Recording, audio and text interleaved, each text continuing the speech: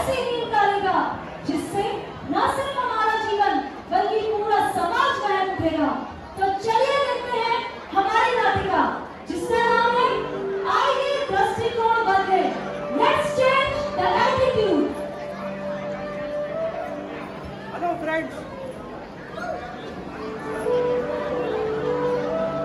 Hello friends, Mumbai नगरी सप्तों का शहर और इस शहर में जावेरी फैशन जावेरी के 10 शोरूम है जो कि बहुत ही फेमस है और उसकी मालिक है मिसेस जावेरी, जिसके पास पैसे की कोई कमी नहीं है।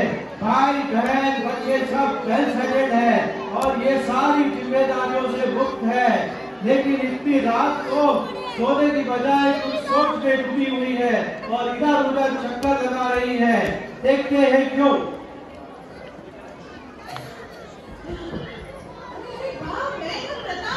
अरे प्रताप, तू इतना लेट क्यों आया ऑफिस से? क्या बताऊं, ऑफिस में बहुत काम था इसीलिए। अच्छा, पानी पी और सो जा। तेरी पत्नी तो तुझे वैसे ही नहीं पूछती है।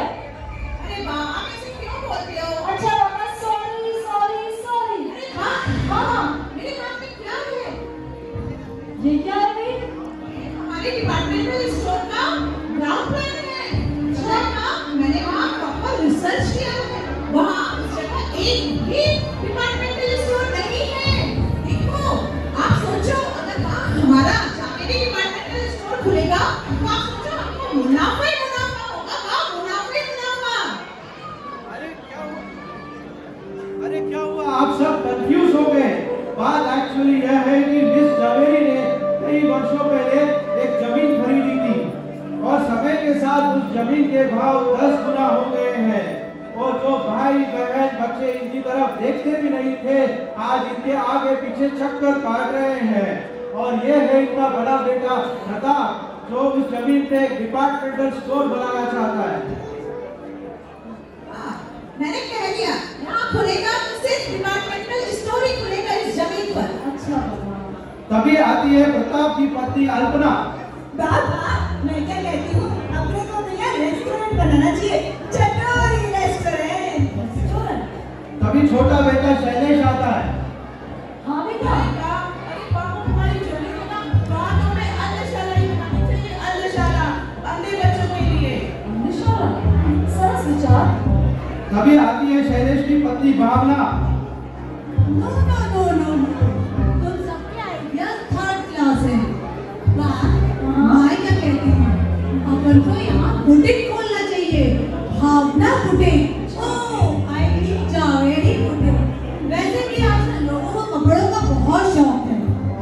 और मिस जावेरी की ननद लीला का मानना है कि अरे मैं क्या कहती हूँ मोटा भाभी, यहाँ तो ना बंगलो बनना चाहिए। बंगलो एकदम बड़ा आलीशान बंगलो जैसा फिल्मों में दिखाते हैं ना, वो शाहरुख खान के बंगलो जैसा। बड़ी बड़ी झूमर, चमकदार फर्श, मर्सिडीज गाड़ियाँ। सोचो अपना कितना रुतबा बढ़ेगा। मेरा क्या है, मैं तो झोपड़ी में भी जीवन बिता ही लूंगी।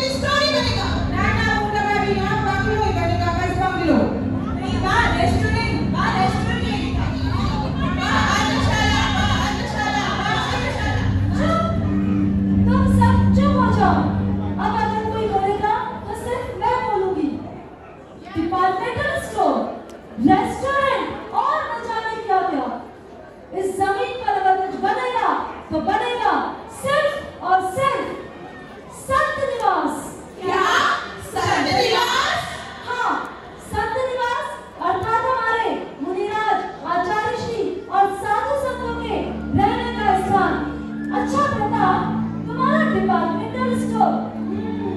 ये बताओ तुम्हारे डिपार्टमेंटल स्टोर में क्या क्या मिलेगा बताओ। अरे वाह, क्या बताओ, A to Z सब मिलेगा। ये स्टेशनरी सब।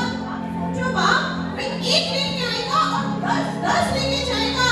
वाह, तो मुनाफा ही मुनाफा होगा बाप। इस जमीन में डिपार्टमेंटल स्टोर ही खुलेगा। और आंतरिक शांति, क्या तुम्हारा डिपार्टमेंटल स्टोर हमें आंतरिक शांति दे सकता है? और भावना दिन भर खाने की बात कर रहे हो। ये तुम्हारा चटोरी जवेरी रेस्टोरेंट जो सिर्फ पेट की भूख मिटा सकता है, विचार करो आत्मा की भूख का क्या? लीला बहन, स्टेटस, आपका बंगलो स्टेटस देता है क्या? आपका बंगलो हमारे आत्मा के स्टेटस को बढ़ा सकता है जो दिन पे दिन नीचे गिरता जा रहा है? कितनी पार्टी।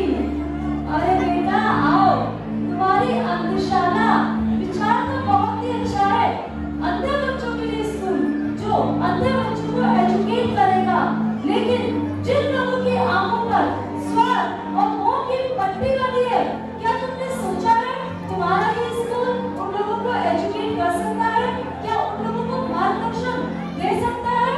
हाँ, मेरी छुटकी बहू भावना हमेशा कपड़ों में उलझी रहती है। बेटा, कपड़े तो सिर्फ तन को आकर्षित बना सकते हैं, विचार करो मन को आकर्षित कौन बना सकता है? तुम सब लोगों का सवाल ये है ना कि यहाँ संत निवास क्यों? मेरा सवाल ये है तुम सबसे, इस जमीन पर संत निवास क्यों नहीं? वाह वाह वाह वाह वाह। संत निवास, आप सब देखना, इस जमीन में बनेगी तो शरीर बनेगी, अंधशाला ही बनेगी। आप सब देखना, आगे शरीर बनेगी। इज्जत का सवाल है। अरे किसी की नजर न लगे, इनकी अंधशाला बनेगी तो मेरा तो बुटीक बन ही जाएगा। और दोस्तों, नेक्स्ट टाइम ये क्षमाबाजी में एवेंट का सारा ऑर्डर मेरे पुलिस को मिलेगा। तो दोस्तों, संत निवास, जी हाँ संत निवास, मिसेस जावेरी ने इतनी गहराई से संत निवास के बारे में बताया, और क्या इनकी समझ में आएगा? इनके ऊपर जो स्वार्थ की पट्टी बंधी है वो क्या उतरेगी? क्या इनके जमीन के प्रति जो लालच है वो उतरेगा? क्या इनको सत्य का भान होगा? चलो देखते हैं आगे।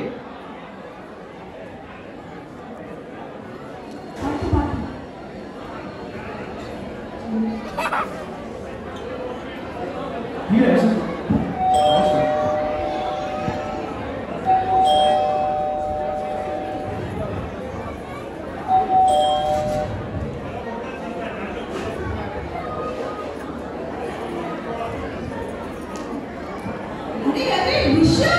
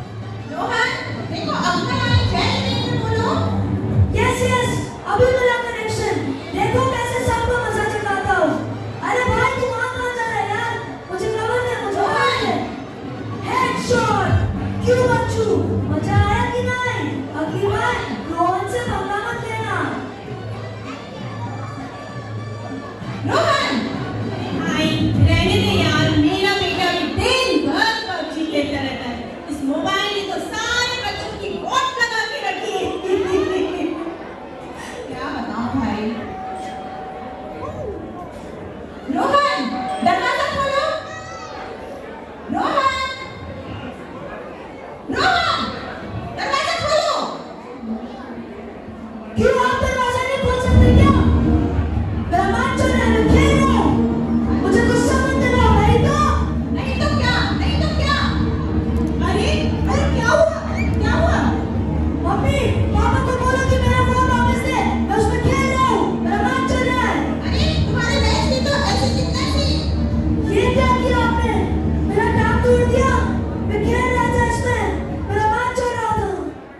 रोहन, कैसे बात कर रहे हो तुम अपने पापा से? क्या यही सिखाया हमने तुमको?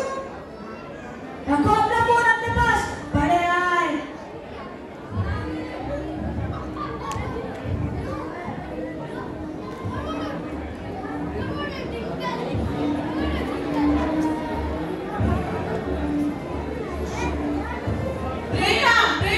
प्रेरणा कहाँ जा रही हो? ओ प्रेरणा, तुम्हारे बैग में लाइटर क्या कर रहा है?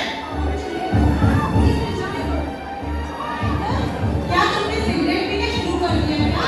अरे मम्मा, अगर एक तो माइंड कर दी है, तो इसमें क्या हो गया? क्या आप लोग तो मुझे ऐसे बोल रहे हो जैसे मैं रोज स्मोक करती हूँ? भगवान, अच्छा मैं जा रही हूँ और अपने फ्रेंड्स के साथ खाना खाकर आके मेरा खाना मत बनाना। कहीं नहीं जाओगी तुम। चुपचाप घर पे बैठो और अपनी पढ़ाई करो।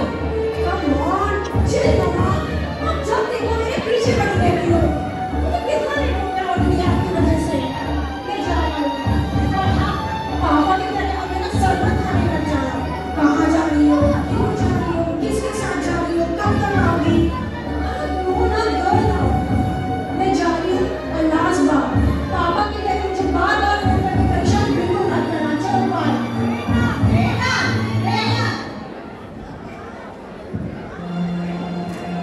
चल भाई, अब मुझे लगता है मुझे चलना चाहिए। जी नहीं। रुको सब यहीं, कहाँ जा रहे हो तुम? प्रेरणा, यहाँ आओ तुम भी। रोहन, तुम भी यहाँ आओ। क्या हुआ तुम लोगों को? अफसोस? तुम लोगों को अफसोस करने का कोई अधिकार नहीं। अगर तुम लोगों ने अपने बच्चों में संस्कार नहीं होते, तो ऐसा कभी नहीं होता। और इसीलिए मैं कहती हूँ कि हमें इस जमीन पर एक संत निवास बनाना चाहिए। अगर हमारे बच्चों के कानों में हमारे साधु संतों के वचन पड़े होते, तो ऐसी स्थिति कभी नहीं आती। और वे अपने अमूल्य समय के महत्व को समझते, उनके व्यवहार में सौम्यता और मधुरता होती। 100% करेक्ट। सिर्फ रोहन और प्रेरणा को ही नहीं, बल्कि हम सबको संत निवास जाकर आचार्य श्री के दर्शन करना चाहिए। हमारे आंखों में जो स्वार्थ की पट्टी बंधी है, वो एक पल नहीं उतर जाएगी। मेरे बच्चों, हमारा अगर जड़ ही कच्चा है, तो पेड़ तो गिर ही जाएगा। और हमारे जड़ है हमारे संस्कार, जो हमें मिलते हैं साधु संतों की वाणी से, उनके दिव्य वचनों से। मेरा कहना मानो और अपने बच्चों को साधु संतों के पास लेकर जाओ और देखो उनके जीवन में कैसा परिवर्तन होता है। मिसेस जावेरी की बात समझकर प्रताप और शैलेश अपने बच्चों के साथ संत निवास गए, जहाँ दिव्य आत्माओं व गुरुओं की वाणी सुनकर उनका व्यक्तित्व ही बदल गया।